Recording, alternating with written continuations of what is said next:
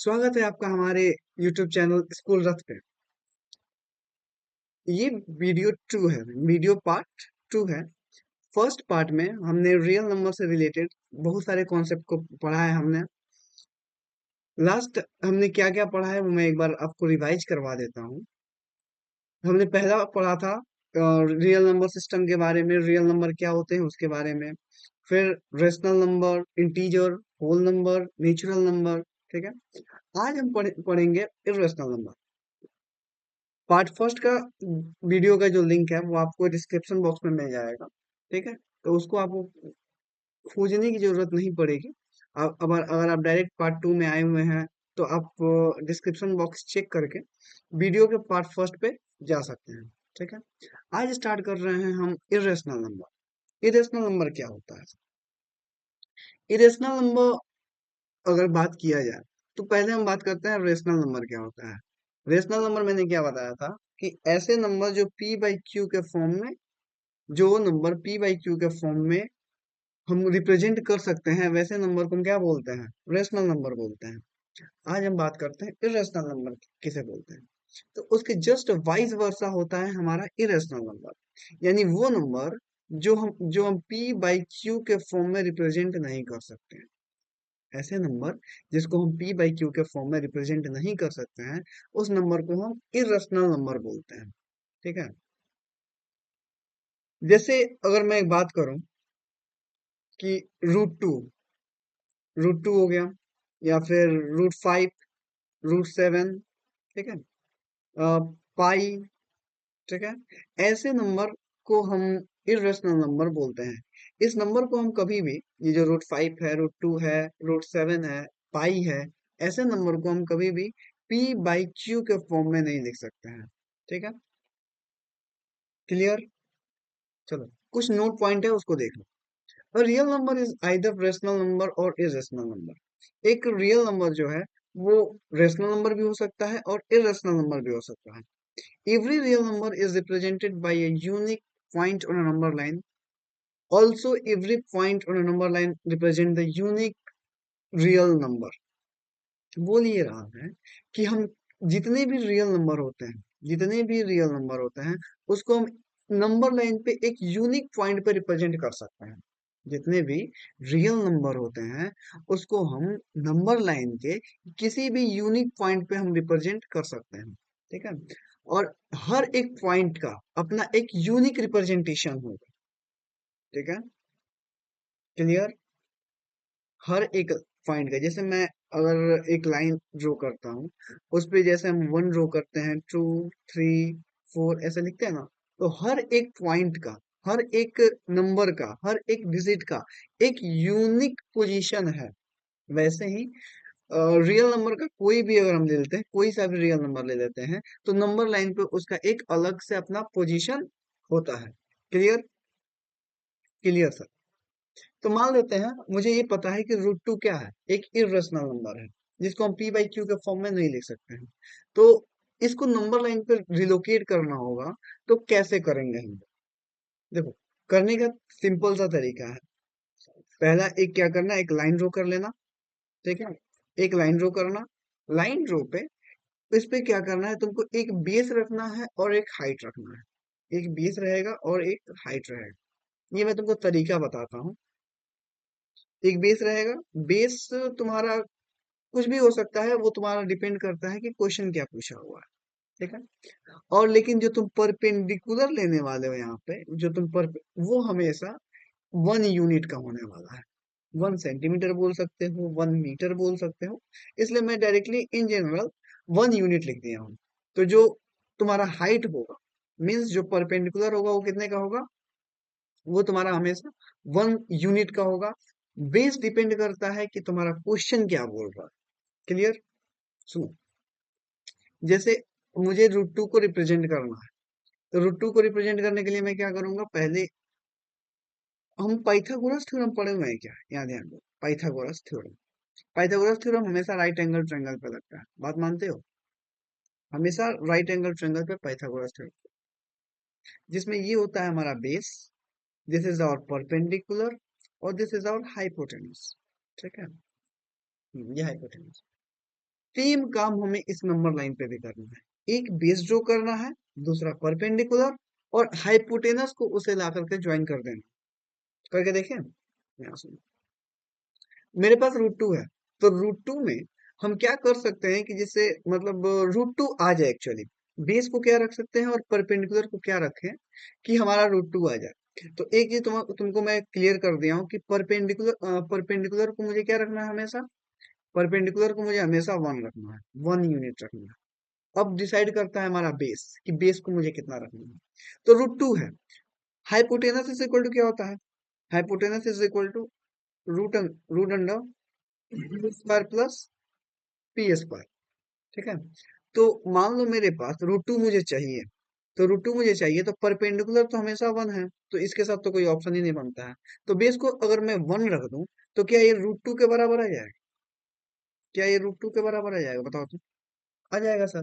जब ये root two के बराबर आ जाएगा तो मुझे बेस को कितना रखना चाहिए, बेस को मुझे रखना चाहिए वन। कितना रखना चाहिए, वन। यहाँ बेस को कितना कर दो, वन यूनिट कर दो। क्लियर, बेस को वन यूनिट जैसे तुम करोगे उसे क्या हो जाएगा, एक सेकेंड एक second, just just second.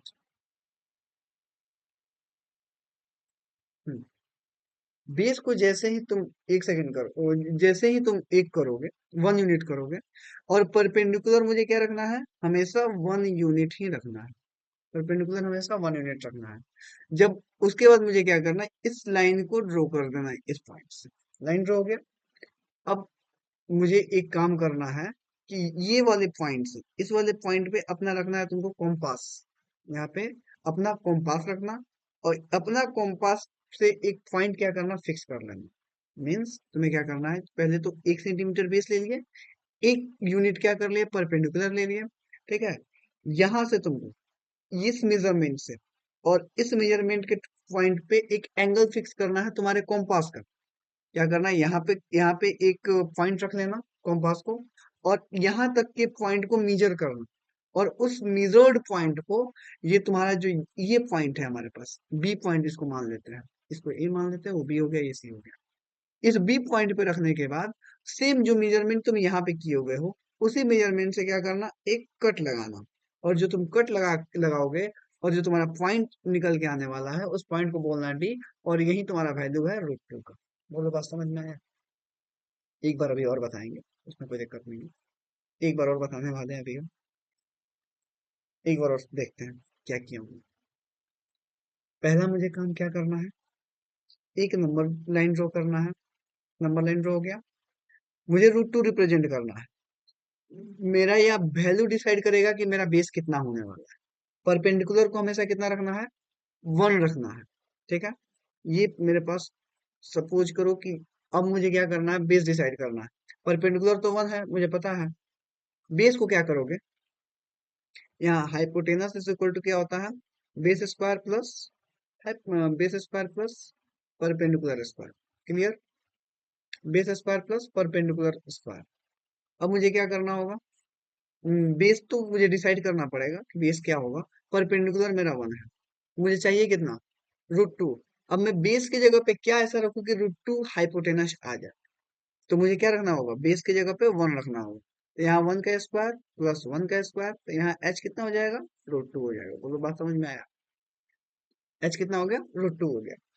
H जैसे ही रूट टू हो, अब देखो, ये मुझे पता हो गया कि एच रूट टू कब आ रहा है, बेस जब वन आ रहा है तो मुझे क्या करना है, इस बेस को वन रखना है। यहाँ पे मेरे पास एक पॉइंट दे देता हूँ, वन ए, ये पॉइंट हो गया वन, यहाँ हो गया वन यूनिट। ठीक है, परपेंडिकुलर हमेशा कितना रखना है, वन यूनिट रखना है ये भी। तो हाइपोटेनस कितना निकल के आने वाला है, रूट टू निकल के आने वाला है। ये जो हाइपोटेनस बनेगा वो कितना आएगा, रूट टू आएगा। क्लियर, अब मुझे क्या करना है, पॉइंट ए पे अपने प्रोटेक्टर को रखना है। ठीक है, और वहां से प्रोटेक्टर रख के पॉइंट, ये मेरे पास बी मान लेता हूँ और इसको सी मान लेता हूँ, पॉइंट सी तक के डिस्टेंस को मेजर करना है। यहाँ पे तुम प्रोटेक्टर रखे और पॉइंट सी के डिस्टेंस को क्या किए, मेजर किए, और जितनी एंगल पे तुम्हारा प्रोटेक्टर इतने डिस्टेंस को कवर कर ले रहा है, वो डिस्टेंस को फिक्स रखना है। अब उस डिस्टेंस को क्या करोगे तुम, पॉइंट सी पे रखोगे, पॉइंट सी पे रखोगे, और वहां से एक कट लगाओगे तुम, वहां से एक कट लगाओगे तुम इस लाइन पे, और ये जो लाइन कट लगा हुआ है ये यही तुम्हारा वैल्यू किसका आएगा, √2 का आएगा। बोलो अब बात समझ में आ गया होगा, क्लियर। अब एक क्वेश्चन और करते हैं √3 पे, कि √3 को क्या रखा जाए, करें। देखो, रिलैक्स होके काम करना है, कोई दिक्कत, कोई टेंशन नहीं है, कोई चिंता नहीं है। अगर नहीं समझ में आए तो एक बार और वीडियो को बैक कर लेना, बैक करके देख लेना, ठीक है। आगे बढ़े। √3 को अभी मुझे करना है, √3 को करना है मुझे, तो एक पहले नंबर लाइन मुझे ड्रॉ करना पड़ेगा, क्लियर। अब ये जो नंबर लाइन ड्रॉ हुआ है सर, एक जो नंबर लाइन ड्रॉ हुआ है, अब मेरे को ये पता है कि हमको क्या करना है, हाइपोटेनस का वैल्यू निकालना है, और हाइपोटेनस का वैल्यू कितना होना चाहिए, √3 होना चाहिए। बेस को कितना रखेंगे, base square is equal to base square plus perpendicular square, ये होता है। देखो, अब मुझे क्या करना है, परपेंडिकुलर कितना रखना है, हमेशा हमेशा परपेंडिकुलर वन रहे, ये वन हो गया। अब मुझे बेस कितना रखना है ये डिसाइड करना, √3 चाहिए ना मुझे, √3 चाहिए। वन रख के देखोगे तो √2 आएगा। बेस के जगह पे अगर तुम वन रखते हो, बेस को अगर वन पुट करते हो, तो हाइपोटेनस का वैल्यू √2 आने वाला है, तो वन तो नहीं रहेगा सर, वन तो नहीं रहेगा। अगर तुम टू रख के देखते हो, बेस को अगर तुम टू रख दिए, तो हाइपोटेनस आएगा √5, रख के देख लो एक बार। यहाँ हाइपोटेनस है, बेस की जगह पे अगर तुम टू रखते हो, तो टू का स्क्वायर प्लस वन का स्क्वायर, हाइपोटेनस कितना आने वाला है, √5 आने वाला है। जब हाइपोटेनस √5 आएगा, हाइपोटेनस जब √5 आएगा, तो क्या मुझे √5 चाहिए, नहीं चाहिए। इट मीन्स मुझे वन और टू के बीच का कुछ वैल्यू चाहिए, ठीक। वन और टू के बीच का कोई वैल्यू चाहिए। अब वन और टू के बीच का मुझे वैल्यू चाहिए, तो क्या रखे सर, वन और टू के बीच का कोई तो वैल्यू होगा जो √3 दे रहा होगा। तो मेरा एक सजेशन मानना, इसको याद कर लेना कि √3 के लिए हमेशा √2 को आगे रखना। किसको रखोगे, √2 को आगे रखना, यानी √2 हमेशा बेस पे होना चाहिए। वो तो बात समझ में आया। कितना रहना चाहिए, रूट कितना रहना चाहिए, √2 रहना चाहिए बेस पे। अब √2 कैसे रखोगे, तो एक चीज है, यहाँ जो हाइपोटेनस आया है वो कितना आया है, क्वेश्चन नंबर, अगर मैं एग्जांपल नंबर 10 का बात करूं, तो यहाँ पे हाइपोटेनस आया है √2, ठीक है। तो मैं अगर इसी को बेस मान लूं, मतलब AC को अगर मैं बेस मान लूं, ठीक है, यहाँ पे मैं ड्रॉ करके दिखा देता हूँ एक बार, लेकिन अगर तुम एग्जांपल नंबर 10 से समझो, अगर मैं AC को √2 मान लूं, उसके बाद मैं वहां पे परपेंडिकुलर ड्रॉ करूं 1 यूनिट का, तो फिर एक और हाइपोटेनस बन के आएगा कि नहीं आएगा। अभी मैं समझाता हूँ मैं बोल क्या रहा हूँ, यहाँ समझो। यहाँ मुझे क्या करना है, ये पॉइंट को मैं रखता हूँ A, और इस पॉइंट को रखता हूँ मैं B। तो मैं इस पॉइंट पे A और B पे पहले मैं ड्रॉ करूंगा √2 को, क्लियर। √2 को ड्रॉ करने के लिए AB को रखना होगा 1 यूनिट, और यहाँ पे एक पॉइंट परपेंडिकुलर को रखना होगा 1 यूनिट। उसके बाद से यहाँ एक परपेंडिकुलर ड्रॉ होगा, सॉरी हाइपोटेनस ड्रॉ होगा, जिसका वैल्यू क्या होगा, √2 होगा, क्लियर। और यहाँ पे जो कट लगाओगे वो रियल वैल्यू होगा तुम्हारा, यहाँ जो तुम कट लगाओगे वो तुम्हारा रियल वैल्यू किसका होगा, √2 होगा, ठीक। अब यहाँ समझो, अब इसको, ये हो गया हमारा बेस, AC क्या हो गया हमारा, बेस हो गया। यहाँ पे मुझे एक काम करता हूं मैं, यहाँ पे एक परपेंडिकुलर ड्रॉ करता हूँ 1 यूनिट का, यहाँ क्या होगा, 1 यूनिट का एक परपेंडिकुलर ड्रॉ हो गया। उसके बाद से 1 यूनिट ये हो गया, और √2 ये हो गया। अब मेरे पास AC क्या हो चुका है, बेस हो चुका है, और CD हो चुका है मेरे पास परपेंडिकुलर। और सेम काम करना है, यहाँ पे फिर तुम प्रोटेक्टर रखोगे, यहाँ पे तुम प्रोटेक्टर फिक्स कर दोगे, और ये डिस्टेंस मेजर करोगे, ये डिस्टेंस मेजर करोगे, ये जो डिस्टेंस मेजर किए हुए हो तुम, ठीक है, इस डिस्टेंस को तुमको फिक्स रखना है अपने प्रोटेक्टर पे। और उसके बाद से पॉइंट डी पे रख करके, पॉइंट डी पे अपने प्रोटेक्टर पे रख के, और जो तुम कट लगाओगे वो तुम्हारा बन करके आएगा √3, और यहाँ पे AD क्या बन जाएगा, √3 बन जाएगा। बोलो बात समझ में आया, हम्म। आई थिंक समझ में आ गया होगा कि मैं क्या समझाने की कोशिश कर रहा हूँ। आगे बढ़े। एक बार तुम प्रैक्टिस करना, एक बार तुम मेरे से वर्क ले लो, √7 एक बार प्रैक्टिस करना, एक बार ये HW है तुम्हारे लिए, वर्क है, locate √7 on a number line. ठीक है। √7 को तुमको रिलोकेट करना नंबर लाइन पे। एक बार ट्राई करना है कि बेस को क्या रखोगे और परपेंडिकुलर तो हमेशा कितना रखना है, 1 ही रखना। क्लियर। आगे अब बढ़ते हैं, आगे देखते हैं आगे क्या होना। तो इस क्वेश्चन के बाद अब हमें क्या करना है, अब कौन सा क्वेश्चन करना है, next question, question number example number 11। ठीक है। मुझे प्रूफ करना है कि ये जो √3 है वो क्या है, इर्रेशनल नंबर है। √3 इज इर्रेशनल नंबर, ये मुझे प्रूफ करना है। इर्रेशनल नंबर, ये प्रूफ करना है। क्लियर। तो √3 को इरेशनल नंबर मुझे दिख रहा है ये, फिर भी मुझे ये प्रूफ करना है, ये मैथ्स की बहुत बड़ी विडंबना है। ठीक है। तो एक काम करते हैं, लेट्स एज्यूम, पहले एकदम बोर्ड के मेथड से ट्राई करते हैं कि बोर्ड में कैसे लिखोगे तो नंबर मिलेगा। स्टार्ट करते हैं। To proof √3 is irrational number, irrational number. आते हैं, अब आते हैं प्रूफ पे। प्रूफ कैसे लिखोगे, proof. Late assume, let's assume √3 is rational number. √3 क्या है, रेशनल नंबर है। √3 is रेशनल नंबर, इसका मतलब √3 जो है वो p बाई क्यू के फॉर्म में लिखा जा सकता है। p and q are coprime number, coprime number where q is not equal to 0। ये हो गया। अब क्या करोगे, नेक्स्ट स्टेप, अब मुझे क्या करना है, दोनों साइड स्क्वायर करना है। Squaring on both sides. दोनों साइड जब स्क्वायर करोगे तो क्या हो जाएगा, ये सबसे पहले मुझे ये 3q को इधर भेजना होगा। दोनों को स्क्वायर करो ऐसे, देन ये हो जाएगा p का स्क्वायर। क्लियर। ये कितना हो जाएगा, 9q², सॉरी 3q² ना, 3q² is equal to p²। It means q² is equal to p² divide by 3। अब इसके आगे क्या करोगे, here 3 divides p²। So p, so 3 divides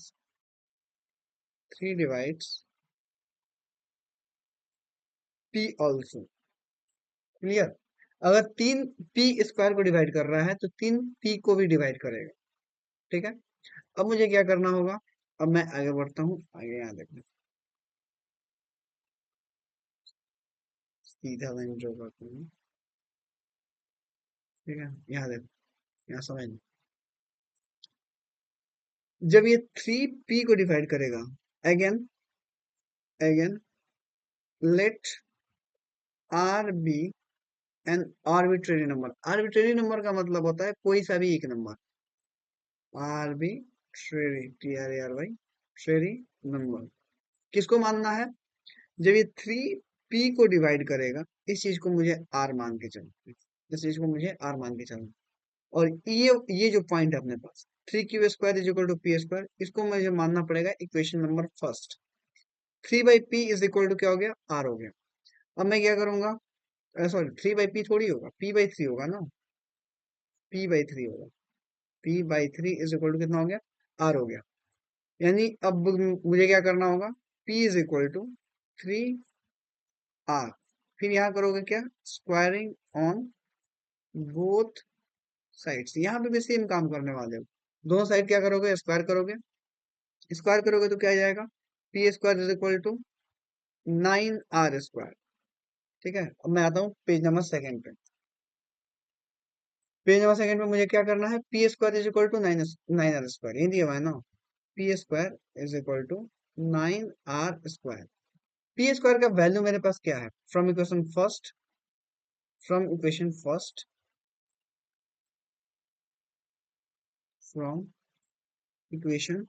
first, इसको मैं मानूंगा equation second. Put the value, put the value in equation second. Second में equation put कर दो। सेकंड में जब इक्वेशन पुट करोगे तो p² का एक्चुअली वैल्यू कितना है, p² का वैल्यू 3q² के बराबर है, 3q²। तो ये क्या हो जाएगा, 3Q² is equal to 9R²। Three three जा 9, कितना हो जाएगा, Q² is equal to 3R²। It means here 3 3 divides Q also. यहाँ ध्यान दो, यहाँ समझ लो, यहाँ क्या लिख सकते हो, R² is equal to Q² divide by 3। Here 3 divides Q²। It means 3 divide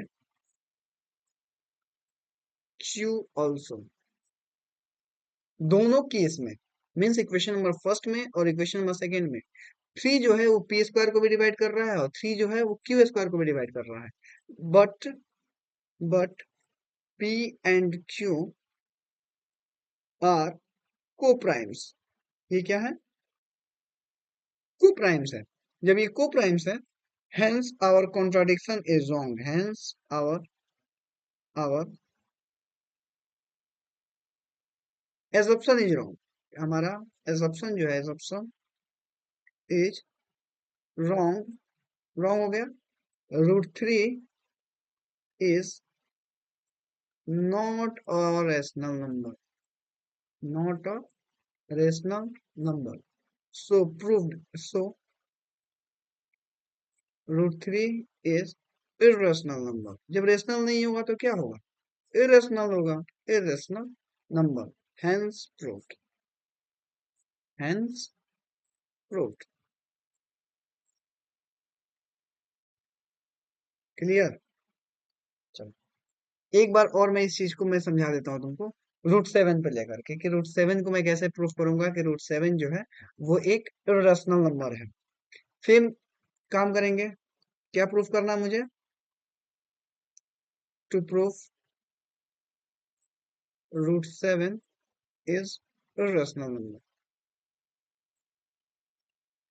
irrational number, proof पे आओ। यहाँ लिखोगे प्रूफ, लेट्स एज्यूम, मुझे क्या मानना पड़ेगा, late assume √7 is rational number. ये मुझे मानना पड़ेगा कि √7 क्या है, रेशनल नंबर है। जब √7 रेशनल नंबर होगा तो √7 को मैं क्या लिख सकता हूँ, P/Q के फॉर्म में लिख सकता हूँ। और P एंड Q क्या होगा, को प्राइम्स होंगे। क्या होंगे, को प्राइम्स होंगे। Q जो होगा वो एक 0 के बराबर नहीं होगा। ठीक है, मुझे क्या करना है, 7Q is equal to P करना है। √7Q is equal to P। उसके बाद मुझे squaring on both side, squaring on both sides. जब दोनों साइड स्क्वायर करोगे तो क्या हो जाएगा, 7Q² is equal to P²। 7Q² is equal to P²। अब मुझे क्या करना होगा, Q² is equal to P² divide by 7। ये इक्वेशन नंबर फर्स्ट होगा यहाँ पे। ठीक है, अब यहाँ क्या हो रहा है, here 7 divide P²। So 7 divide P also. ये मेरा पहला केस पूरा हो चुका है। ठीक है, अब देखो यहाँ पे सेकंड में काम क्या करने वाला हूँ, सेकंड काम क्या होने वाला है कि जब ये जो P है, let R be any arbitrary number. Arbitrary number, जब R एक आर्बिट्रेरी नंबर है, इट मीन्स जो ये हमारा P है जो 7 से डिवाइड कर रहा है, इसको मैं क्या मान सकता हूँ, R मान सकता हूँ। ठीक है, अब मैं क्या करूंगा, P is equal to 7R, squaring on both sides, squaring on both sides. दोनों साइड क्या करोगे, स्क्वायर करोगे तो क्या हो जाएगा, ये P² is equal to 49R²। Clear. From equation first, from equation first put in equation second, इसको इक्वेशन सेकंड मान लो। Put the value in equation second. तो P² को क्या लिख सकते हो तुम, P² को 7Q² लिख सकते हो इज इक्वल टू 49R²। जब इसको डिवाइड करोगे तो कितना हो जाएगा, ये 7 हो जाएगा। It means R² is equal to Q² divide by 7। Same process है, यहाँ जो है 7 divide Q square, so 7 divide Q also. दोनों को डिवाइड कर दिया। जब ये दोनों को डिवाइड कर सकता है, इट मीन्स व्हाट, कि पी और क्यू को प्राइम्स है ही नहीं। तो हमारा जो एजम्पशन है वो क्या हो गया, गलत हो गया। वो तो बात मानते हो। देखो सेम सेम मैंने वही काम किया है। 3 divides Q also, but P and Q R को प्राइम्स, यानी कि लो यहाँ पे भी देखो लिखना इंपॉर्टेंट है, इसमें दूसरा कुछ है ही नहीं क्वेश्चन में। यहाँ देखो उसके बाद क्या लिखोगे, 7 P and Q, P and Q R को primes, so our assumption is wrong, so our assumption is wrong,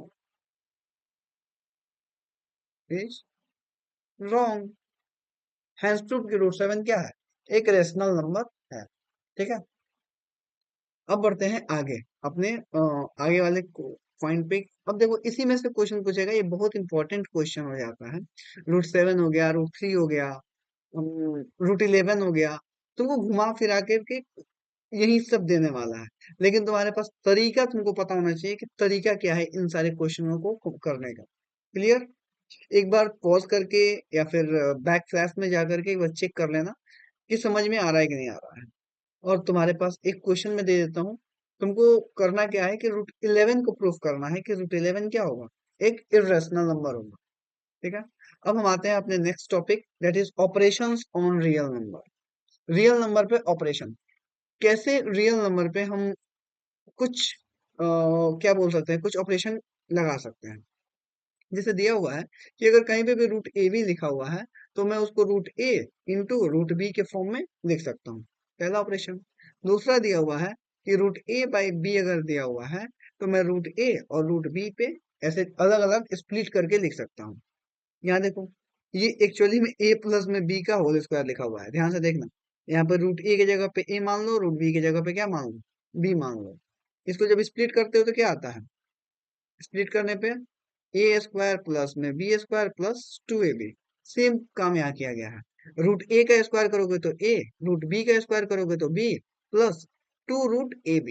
ठीक है, यहाँ देखो ये क्या दिया हुआ है सर, रूट ए प्लस में बी, रूट ए माइनस में बी। एक्चुअली में ये ए plus B into A minus B अगर ऐसे दिया हुआ रहता है तो मैं क्या लिखता हूँ, ए स्क्वायर माइनस बी स्क्वायर। ये फॉर्मूला पढ़े हुए हो आप, ये फॉर्मूला आप बचपन से पढ़ते हुए आ रहे हो कि ए प्लस में बी इंटू ए माइनस में B is equal to what, A square minus B square. ठीक है, अगर root A plus root B into root A minus root B अगर दिया हुआ है, तो उसका क्या होगा, root A minus A B. Clear? Simple simple सा ऑपरेशन है, बोलो हो जाएगा। कोई दिक्कत है किसी को? आई थिंक नहीं होना चाहिए।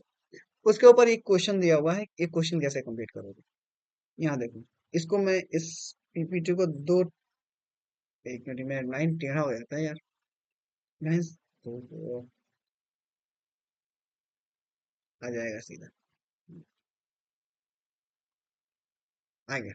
चलो, अब देखो ये दो क्वेश्चन दिया हुआ है मेरे पास। एक काम करो, इस क्वेश्चन को तो वैसे कैसे सॉल्व किया जा सकता है, इसको सिंपल मल्टीप्लिकेशन से सॉल्व हम लोग कर सकते हैं। क्या दिया हुआ है, root 5 + 7 bracket close into root 2 + 5। ये सेम क्वेश्चन तुम लोग वहां भी किए होगे क्लास 8 के अंदर। जैसे अलजेब्रिक एक्सप्रेशन में कि x प्लस वाई दिया हुआ था और x माइनस वाई दिया हुआ था, तो ये दोनों को क्या करते थे, मल्टीप्लाई करते थे। पहले इसको उठाओ इसके साथ, फिर इसको उठाओ इसके साथ मल्टीप्लाई करो, फिर यहाँ का सिंबल यूज करो, देन आफ्टर इसको यहाँ मल्टीप्लाई करो, इसको यहाँ मल्टीप्लाई करो। सेम काम यहाँ पे भी अभी हमें करना है। देखो मैं क्या करूंगा, एक काम करो, इसको अलग अलग स्प्लिट कर लो। मीन्स रूट 5 इंटू रूट 2 + 5 कर लो, +7 दिया हुआ है ना, 7 इंटू रूट 2 + 5 कर लो। ठीक है, उसके बाद सॉल्व कर लेंगे हम लोग। इसको क्या लिख सकते हो, रूट 5 और रूट 2, इसको रूट 10 लिखा जा सकता है, बोलो। प्लस रेशनल और इरेशनल को मल्टीप्लाई करोगे तो ये कभी भी अंदर नहीं जाएगा, हमेशा बाहर ही रहेगा। ये हो गया, प्लस 7 रूट 2 प्लस 7 5 जा 35, ऐसे लिखोगे। ये दोनों इरेशनल थे, इसलिए दोनों का मल्टीप्लीकेशन अंदर हो गया है। ठीक है, ये इरेशनल इरेशनल और ये रेशनल थे, इसलिए इसको ऐसे लिखा गया है। ये भी रेशनल और ये इरेशनल, इसलिए इसको ऐसे लिखा गया है। क्लियर? अब देखो, इसको सॉल्व करके कर सकते हो क्या, आई थिंक सॉल्व नहीं होगा ये, इसका फाइनल फुल एंड फाइनल ये यही आंसर होगा। यहाँ देखो, यहाँ अगर तुम नोटिस करो तो ये ए दिया हुआ है, ये बी दिया हुआ है। This is A, this is B, means A minus में B into A plus B. करना क्या है मुझे, A square minus B square. A square A की जगह पे क्या है, √3 है, तो √3 स्क्वायर माइनस 1 का स्क्वायर, क्या हो जाएगा आंसर, 3 - 1, आंसर क्या हो गया, 2 हो गया। बस इतना ही सिंपल सिंपल क्वेश्चन तुमको पूछे जाएंगे एग्जाम के अंदर भी, ठीक है। और तुम्हें अगर क्वेश्चन सॉल्व करना है तो तुम और भी क्वेश्चन सॉल्व इससे कर सकते हो। बाकी अब आते हैं, एक हमारे पास दूसरा कॉन्सेप्ट है, ये ऑपरेशंस के ऊपर और क्वेश्चन चाहिए तो मैं एक प्रैक्टिस सेट लेकर के आ रहा हूँ। ये चैप्टर जैसे ही फाइनल होने वाला है वैसे ही मैं एक क्वेश्चन का प्रैक्टिस सेट लेकर के आऊंगा इस चैप्टर का, और उसमें हम लोग बहुत सारे और भी बहुत सारे क्वेश्चंस को उसके अंदर हम लोग करने वाले हैं। सिंप्लीफिकेशन के कॉन्सेप्ट के बाद अब मैं आगे का कॉन्सेप्ट कंटिन्यू करने वाला हूँ, और आगे का जो कॉन्सेप्ट है वो है concept of rationalisation. Concept of rationalisation, TIONALAZATION, rationalisation का कॉन्सेप्ट। अगर किसी भी फ्रैक्शन में अगर डिनोमिनेटर पार्ट मेरा इरेशनल हो जाता है, क्या हो जाता है, इरेशनल हो जाता है, तब मुझे क्या करना होता है कि नीचे के डिनोमिनेटर को मुझे हमेशा रेशनल रखना है। और रेशनल रखने के लिए क्या करते हैं हम, सेम नंबर के सेम डिनोमिनेटर से ऊपर और नीचे मल्टीप्लाई कर देते हैं। अगर मैं ऊपर और नीचे मल्टीप्लाई करूंगा तो क्या आ जाएगा, √3 यहाँ हो जाएगा, और √3 इंटू √3 इज इक्वल टू 3 हो जाएगा, ठीक है। और 1/√3 और √3/3, इन दोनों का वैल्यू क्या है, सेम है, ठीक है। तो रेशनलाइजेशन हम इसलिए करते हैं ताकि डिनोमिनेटर में मेरा कोई भी इरेशनल नंबर ना रहे, ठीक है। समझ में आ गया कि ये रेशनलाइजेशन क्यों करना है और रेशनलाइजेशन क्या होता है। पहला क्वेश्चन वही है, 1/√3 को क्या करना है, रेशनलाइज करना है। देखो 1/√3, √3 क्या है, डिनोमिनेटर में है, यानी इरेशनल नंबर डिनोमिनेटर में है, तो मुझे क्या करना है, डिनोमिनेटर को रेशनल बनाना है, जिसके लिए मैं √3 से ऊपर और नीचे क्या करूंगा, मल्टीप्लाई कर दूंगा। ऊपर 1 इंटू √3 कितना हो जाएगा, √3, और नीचे √3 इंटू √3 इज इक्वल टू 3। ये मेरा क्या हो जाएगा, आंसर हो जाएगा। क्लियर। दूसरा, अगर मुझे अगर रेशनलाइज करना हो तो कैसे करूंगा वो देख लो। मान लो अगर नीचे दिया हुआ है 1/2√5, तो ये भी एक इरेशनल नंबर है, इसको भी अगर मुझे रेशनलाइज करना होगा तो मैं कैसे करूंगा, 1/2√5 को ऊपर और नीचे मल्टीप्लाई कर दूंगा, 2/√5, 2/√5। इससे क्या हो जाएगा, ये हो जाएगा 2√5, और नीचे रेशनल को रेशनल से मल्टीप्लाई, तो 2 2 ज़ा 4, और 5 को 5 से जब √5 से मल्टीप्लाई करोगे तो क्या आ जाएगा, 5 आ जाएगा, मीन्स 2√5/20। अगर मुझे रेशनल को रेशनल से डिवाइड करना हो तो मैं डिवाइड भी कर दूंगा, तो 2 10 ज़ा 20, यानी √5/10। ये मेरा क्या है, एक ये मेरे पास रेशनलाइज्ड फॉर्म है। क्लियर। अब देखो आगे बढ़ते हैं, डिनोमिनेटर को रेशनलाइज करना है, कैसे करोगे, 2/√5 है ना, √2 है, 2/√2 है, सेम काम, ऊपर नीचे क्या करोगे, डिनोमिनेटर को ऊपर नीचे मल्टीप्लाई कर दोगे, ऊपर क्या हो जाएगा, 2√2, नीचे 2, और ये 2 से 2 यहाँ पे खत्म, तो क्या बच जाएगा, √2 बच जाएगा, जो कि एक रेशनलाइज्ड फॉर्म है, लाइज्ड फॉर्म है ये, ठीक है। आगे देखो नेक्स्ट क्वेश्चन। अब यहाँ आता है थोड़ा सा हम लोग क्या कहते हैं, एक लेवल ऊपर बढ़ते हैं। यहाँ दिया हुआ है 1/1 + √3, इस चीज को अब रेशनलाइज करना है मुझे। डिनोमिनेटर में मुझे प्लस में दिया हुआ है 1 + √3, यहाँ रेशनलाइज करने के लिए मुझे क्या करना होगा कि इस प्लस वाले साइन को प्लस वाले साइन से ऑपोजिट साइन से मुझे मल्टीप्लाई करना होगा, मीन्स 1 - √3 को ऊपर और नीचे क्या करना होगा, मुझे मल्टीप्लाई करना होगा। अब देखो ये क्या हो जाएगा, वन वन 1 - √3, और नीचे क्या हो जाएगा, 1 + √3 इंटू 1 - √3। एक चीज तुम अगर ध्यान दे रहे होगे तो यहाँ देखो क्या दिया हुआ है, 1 + √3 into 1 - √3, it means a + b into a - b, और इसका फॉर्मूला मैंने क्या बताया हुआ है, a² - b², इट मीन्स 1 का स्क्वायर माइनस √3 का स्क्वायर। क्लियर। तो ये क्या हो जाएगा, 1 - √3/1 - 3। अगर इसको तुम सॉल्व करोगे तो 1 - √3 बाई ये -2 हो जाएगा। ठीक है, और ये तुम्हारा क्या हो जाएगा, आंसर हो जाएगा। क्लियर? अगर नहीं समझ में आ रहा हो तो आप एक बार इसको कमेंट में पिन कर देना कि क्या समझ में नहीं आया है, कौन सा एग्जाम्पल समझ में नहीं आया है। एक बार आप कमेंट में उसको पिन कर देना। क्लियर? ये देखो, 1/1 - 1 -√5 इसको रेशनलाइज करना है। क्या करना है मुझे रेशनलाइज करने के लिए, जो भी नीचे डिनोमिनेटर में सिंबल दिया हुआ है उसके अपोजिट साइन से मुझे मल्टीप्लाई और डिवाइड करना है। यहाँ पे मल्टीप्लाई कर दिए, यहाँ डिवाइड कर दिए, कोई अंतर नहीं पड़ने वाला है इस फंक्शन के ऊपर। देखो 1 + √5 ही ऊपर हो जाएगा, नीचे क्या हो जाएगा, 1 - √5 इंटू 1 + √5। यहाँ पे अगर सॉल्व करने जाओगे तो ये कितना हो जाएगा, 1 + √5 by A² A+B × A - B। क्या करोगे, A² -B²। तो कितना हो जाएगा, 1 + √5 बाई A² - 5। बोलो, वन, सॉरी यहाँ नीचे दिखता हूँ मैं, 1 + √5 बाई -4। क्लियर? ये कितना हो जाएगा, आंसर हो जाएगा। Next question. चलो, अगर और तुमको क्वेश्चन प्रैक्टिस करना है तो उसके लिए मैं एक नया सीरीज 1 से 2 दिन में लॉन्च कर दूंगा। ठीक है, और जिसमें जितने भी इंपॉर्टेंट क्वेश्चंस हैं बोर्ड रिलेटेड या फिर तुम्हारे NCERT, R S Agarwal, R D Sharma, इन सारे क्वेश्चंस को मैं एक नए वीडियो में रिकॉर्ड करके अपलोड कर दूंगा। ठीक है, तो वो तुम लोग वहां से देख लेना। अगर और रैशनलाइजेशन के और क्वेश्चंस चाहिए तो एक बार कमेंट में, कमेंट सेक्शन में एक बार तुम कमेंट कर देना। ठीक है, अब देखो, अब बात करते हैं laws of exponent for a real number. कुछ रूल्स एंड रेगुलेशंस होते हैं। ठीक है, पावर पे कुछ रूल्स एंड रेगुलेशंस होते हैं। होता क्या है कि अगर कोई डाटा है मेरे पास, सपोज करो, जिसको लिखा गया है a⁻m.a⁻n, इट मीन्स इसको a⁻m इंटू a⁻n के फॉर्म में लिखा गया है। मीन्स बेस सेम है, पावर डिफरेंट है, तो उसको लिखने के लिए मुझे क्या करना होगा, a⁻m+n के फॉर्म में ऐसे लिखा जा सकता है।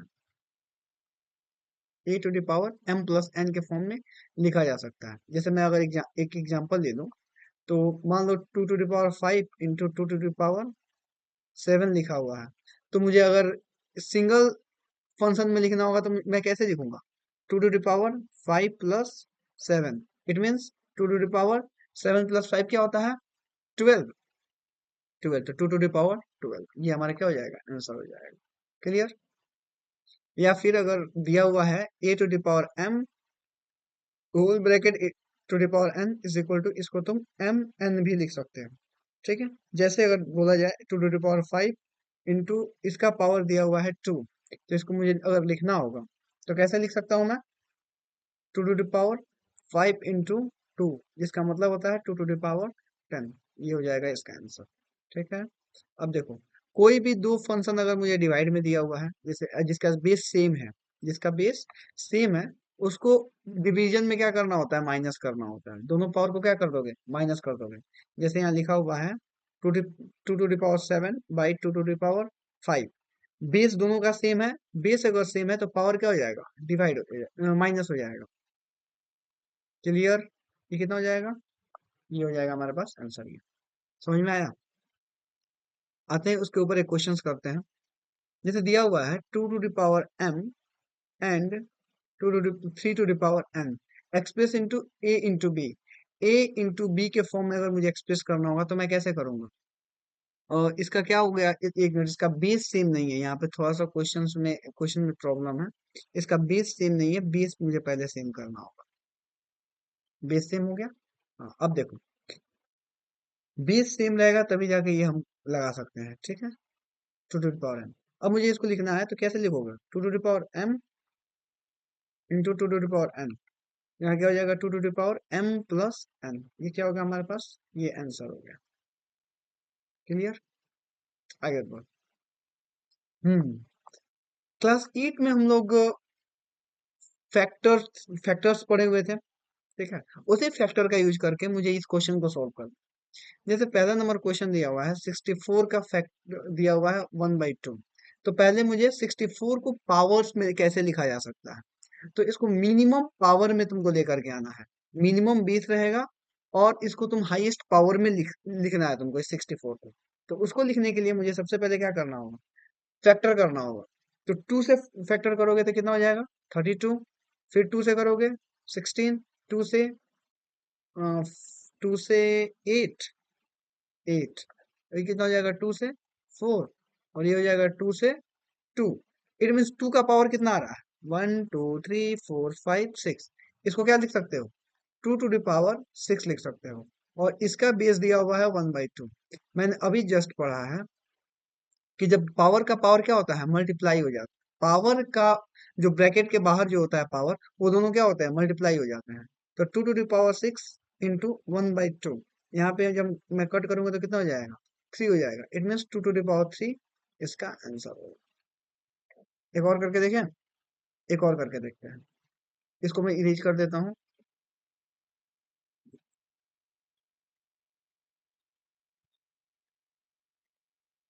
देखो 5 12, इसको मुझे फैक्टर निकालने हैं। मैं किससे फैक्टर निकाल दूं इसका, 2 से निकाल के देखता हूँ, शायद 2 से निकल जाए। 2 से तो डिवाइड हो जाएगा। 2 2 ज़ा 4, 1 2 5 ज़ा 10, 1 2 6 ज़ा 12। 2 2 2 1 ज़ा 2, 2 2 ज़ा 4, 8 2 ज़ा 16। फिर 2 से 6 4, फिर 2 से कितना हो जाएगा, ये 3 2 ज़ा 6, और 2 2 ज़ा 4। फिर 2 से करोगे 16 2 ज़ा 32, फिर 2 से करोगे 8, फिर 2 से करोगे 4, फिर 2 से करोगे 2, फिर 2 से करोगे 1। 2 का पावर कितना आ रहा है, 1 2 3 4 5 6 7 8 9। यहाँ क्या लिखोगे, 2 to the power 9, 2 to the power 9। ये पावर है, 2 to the power 9 इंटू 1/3। अब पावर के बाहर ब्रैकेट में क्या क्या दिया हुआ है, 1 to the power 3 दिया हुआ है ना। इसको क्या करोगे, ऐसे लिखा जा सकता है क्या, देखो तो ऐसे लिखा जा सकता है। 3 से कट करोगे, 3 3 ज़ा 9, 2 to the power 3, यहाँ पे क्या हो जाएगा, आंसर हो जाएगा। Clear. Next question 81, 81 to the power -1/2। अभी माइनस क्या क्या कॉन्सेप्ट अभी मैं बताता हूँ इस क्वेश्चन को सॉल्व करने के बाद, समझो।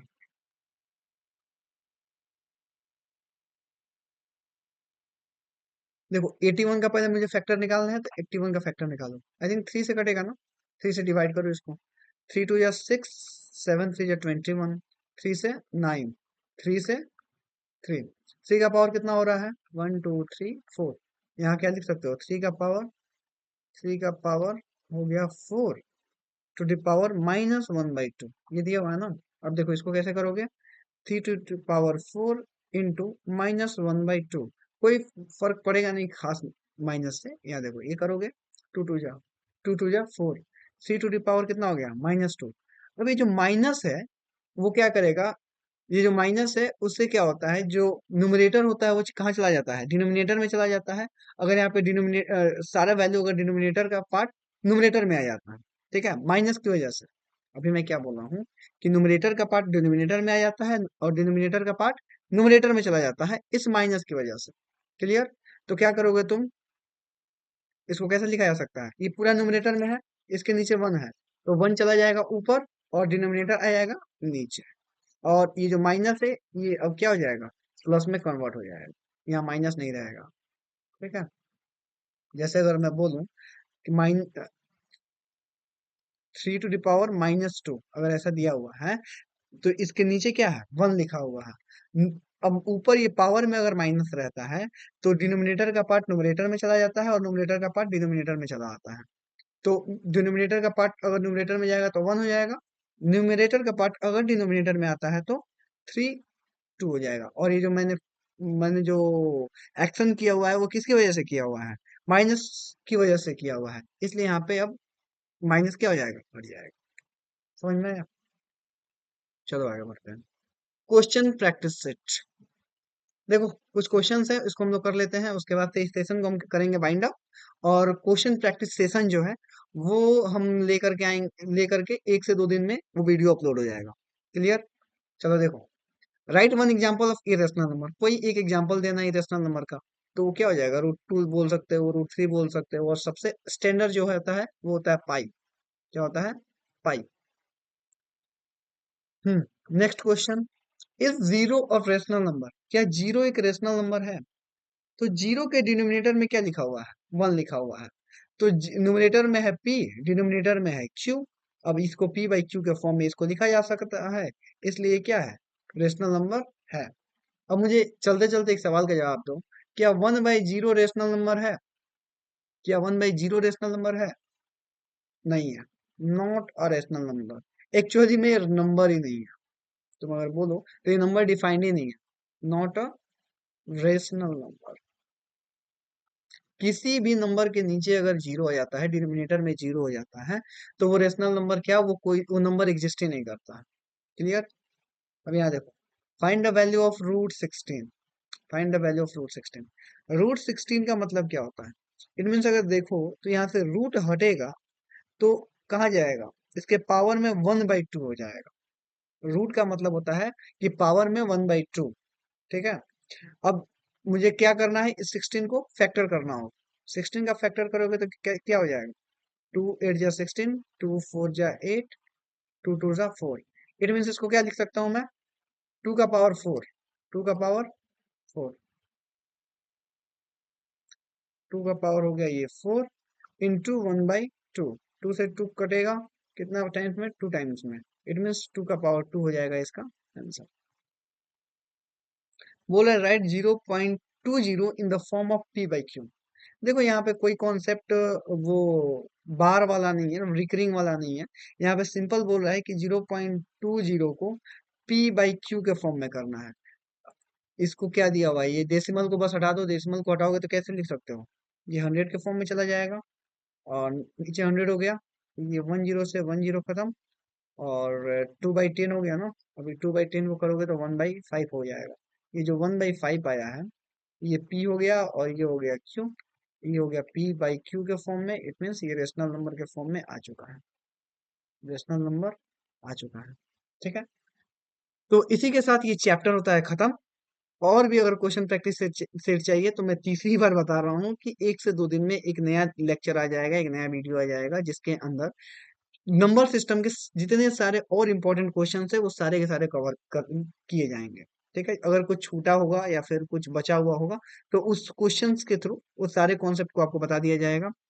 तो all the best and take the rest. Okay, have a nice day, take care, thank you.